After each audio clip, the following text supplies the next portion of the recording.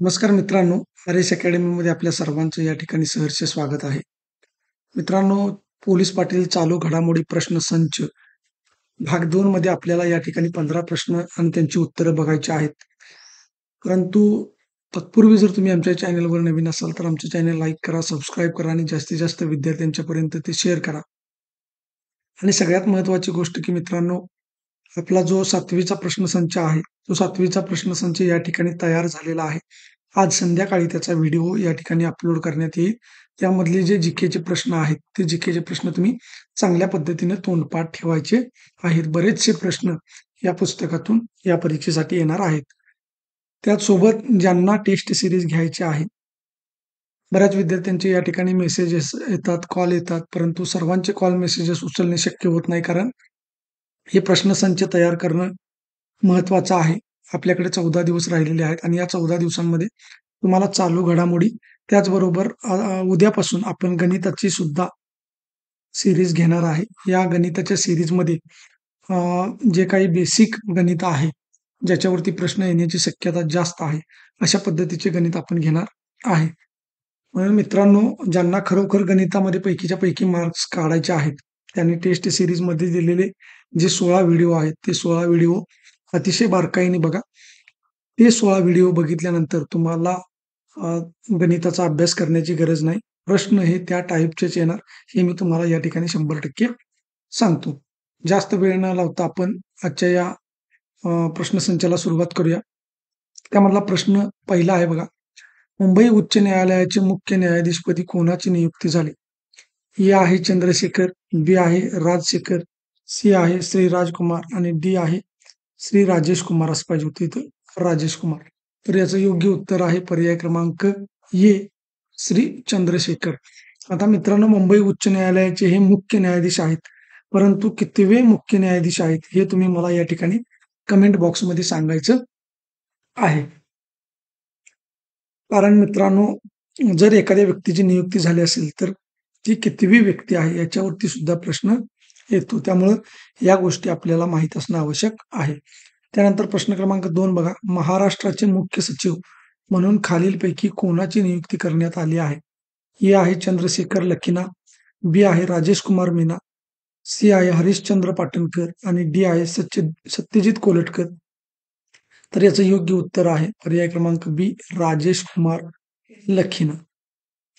त्यानंतर प्रश्न क्रमांक 3 बघा. सी.पी. राधाकृष्णन हे भारताचे कितवे उपराष्ट्रपती आहेत? आता तुम्हाला जर भारताचे सध्या उपराष्ट्रपती कोण आहेत असा प्रश्न विचारला तर त्याचं उत्तर काय येईल? सी.पी. राधाकृष्णन. परंतु इथं आपल्याला प्रश्न विचारलेला आहे की सी.पी. राधाकृष्णन हे भारताचे कितवे उपराष्ट्रपती आहेत? पर्याय ए आहे 13, पर्याय बी आहे 14, पर्याय सी आहे 15 आणि पर्याय डी आहे 16. तर याचं योग्य उत्तर आहे सी.पी. राधाकृष्णन हे भारताचे 15वे उपराष्ट्रपती आहेत. प्रश्न क्रमांक 4. भारताचे पहिले बौद्ध सरन्यायाधीश कोण आहेत? ए आहे रासू गवई, बी आहे भूषण गवई, सी आहे के.जी. बालकृष्णन आणि डी आहे रवी आठवले. तर याचं योग्य उत्तर आहे पर्याय क्रमांक बी, भूषण गवई. त्यानंतर बघा. न्यायमूर्ती भूषण गवई हे भारताचे कितवे सरन्यायाधीश आहेत? प्रश्न क्रमांक 5 आहे आणि त्याचे पर्याय बघा. ए आहे 50, बी आहे 51, सी आहे 52 आणि डी आहे 53. तर याचं योग्य उत्तर आहे पर्याय क्रमांक सी, भूषण गवई हे भारताचे 52वे सरन्यायाधीश आहेत. आणि तुम्हाला जर सध्याचे सरन्यायाधीश कोण आहेत असा प्रश्न विचारला तर त्याचं उत्तर काय आहे? भूषण गवई. त्यानंतर बघा प्रश्न क्रमांक 6. महाराष्ट्र राज्य निवडणूक आयोगाचे अध्यक्ष कोण आहेत? ए आहे राजीव कुमार, बी आहे UPS मदान, सी आहे नितीन देशपांडे, डी आहे दिनेश वाघमारे. तर याचं योग्य उत्तर आहे पर्याय क्रमांक डी, दिनेश वाघमारे. प्रश्न क्रमांक 7 बघा. महाराष्ट्र राज्य महिला आयोगाच्या अध्यक्षपदी खालीलपैकी कोणाची निवड करण्यात आली आहे? ए आहे दीपाली सय्यद, बी आहे रुपाली चाकणकर, सी आहे दीप्ती बोरगावकर आणि डी आहे रंजना पाटील.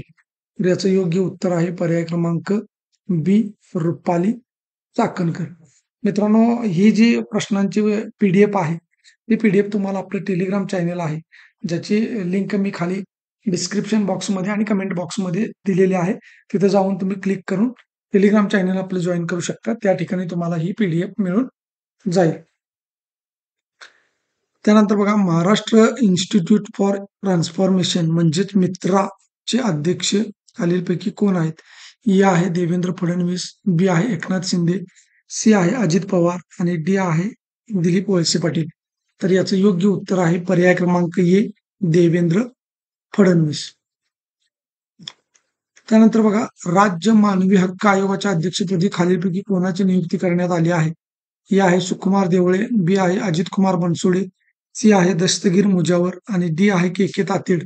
तर याचं योग्य उत्तर आहे पर्याय क्रमांक डी, के के तातेड.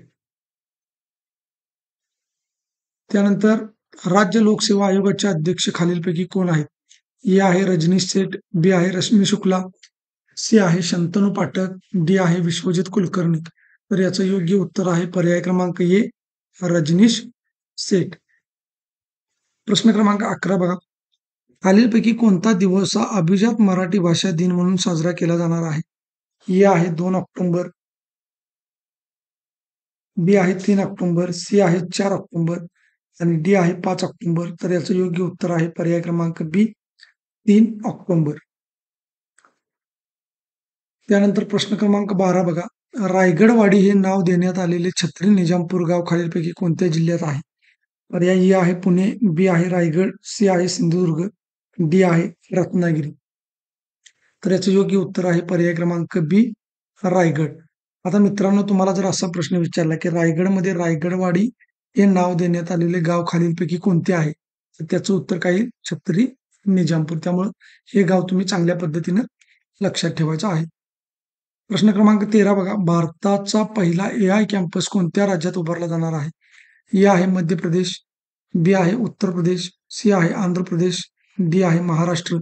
तर याचं योग्य उत्तर आहे पर्याय क्रमांक ए, पर्याय क्रमांक सी, आंध्र प्रदेश. तर मित्रांनो, हा व्हिडिओ लाईक करा, जास्तीत जास्त विद्यार्थ्यांच्या पर्यंत शेअर करा आणि ज्यांना टेस्ट सिरीज घ्यायची आहे, अजूनही 14 दिवस आपल्याकडे आहेत. या 14 दिवसामध्ये तुमची चांगल्या पद्धतीनं तयारी होऊ शकते आणि फी आपली मित्रांनो जास्त नाही, फक्त 99 रुपये फी आहे. या 99 रुपयेमध्ये आपण भरपूर असं मटेरियल तुम्हाला प्रोव्हाइड केलेलं आहे. जर तुम्हाला घ्यायची असेल टेस्ट सिरीज तर मला या नंबरवरती मेसेज करा. त्यानंतर बघा, प्रश्न क्रमांक 14, खेलो इंडिया युवा स्पर्धा 2025 मध्ये कोणत्या राज्याने प्रथम क्रमांक पटकावला? ए आहे महाराष्ट्र, बी आहे गोवा, सी आहे कर्नाटक, डी आहे गुजरात. तर याचं योग्य उत्तर आहे पर्याय क्रमांक ए, महाराष्ट्र. आणि प्रश्न क्रमांक 15 आणि शेवटचा प्रश्न बघा, खालीलपैकी कोणत्या तारखेस पहलगाम दहशतवादी हल्ला झाला? मित्रांनो, IMP आहे, ही तारीख विचारली जाऊ शकते तुम्हाला. ए आहे 22 फेब्रुवारी 2025, बी आहे 22 मार्च 2025, सी आहे 22 एप्रिल 2025 आणि डी आहे 22 मे 2025. आता याचं उत्तर सांगण्यापूर्वी मित्रांनो, मी एक गोष्ट तुम्हाला सांगतो की जी पहिली टेस्ट सिरीज आपली आहे, या पहिल्या टेस्ट सिरीजचा पूर्ण व्हिडिओ आपण अपलोड केलेला आहे, त्यामुळे त्याची आन्सर की दिलेली नाही. जो पहिला प्रश्नसंच आहे त्या प्रश्नसंचाचे जीकेचे सर्व उत्तर आणि गणितचे स्पष्टीकरण सुद्धा आपण या ठिकाणी दिलेलं आहे. त्यामुळे त्या टेस्ट सिरीजच्या खाली तुम्हाला आन्सर की देण्यात आलेलं नाही, त्यामुळे विद्यार्थ्यांनी हा व्हिडिओ या ठिकाणी बघायचा आहे. तर याचं योग्य उत्तर आहे मित्रांनो बघा, पर्याय क्रमांक सी, 22 एप्रिल 2025. तर अशा पद्धतीने मित्रांनो या ठिकाणी आपले 15 प्रश्न झालेले आहेत. संध्याकाळी तुम्हाला 7वी भूगोलचा प्रश्नसंच जो आहे तो प्रश्नसंच या ठिकाणी अपलोड करण्यात येईल आणि उद्यापासून आपली गणिताची सिरीज या ठिकाणी सुरू होईल. व्हिडिओ चांगला वाटला असेल लाईक करा, सबस्क्राईब करा, जास्तीत जास्त विद्यार्थ्यांच्या पर्यंत शेअर करा. व्हिडिओची नोटिफिकेशन येण्यासाठी बेल आयकॉनवरती प्रेस करा आणि खाली जे हाईपचं बटन आहे त्या हाईपचं बटन मित्रांनो त्याच्यावरती नक्की क्लिक करा. धन्यवाद.